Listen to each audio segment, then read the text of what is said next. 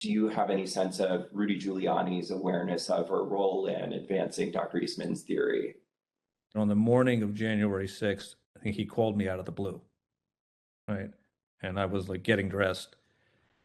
And we had an intellectual discussion about Eastman's, I don't know if it's Eastman's theory per se, but the VP's role. And he was asking me my view and analysis and then the practical implications of it. And when we finished, he said, like, I believe that, you're probably right. I think he thought when we're done that it would be something he'd have to consider if he was sitting on the bench, but he'd probably come down in that, you couldn't interpret it or sustain the argument long term.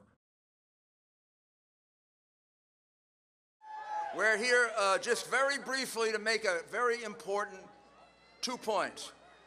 Number one, every single thing that has been outlined as the plan for today is perfectly legal. I have Professor Eastman here with me to say a few words about that. He's one of the preeminent constitutional scholars in the United States.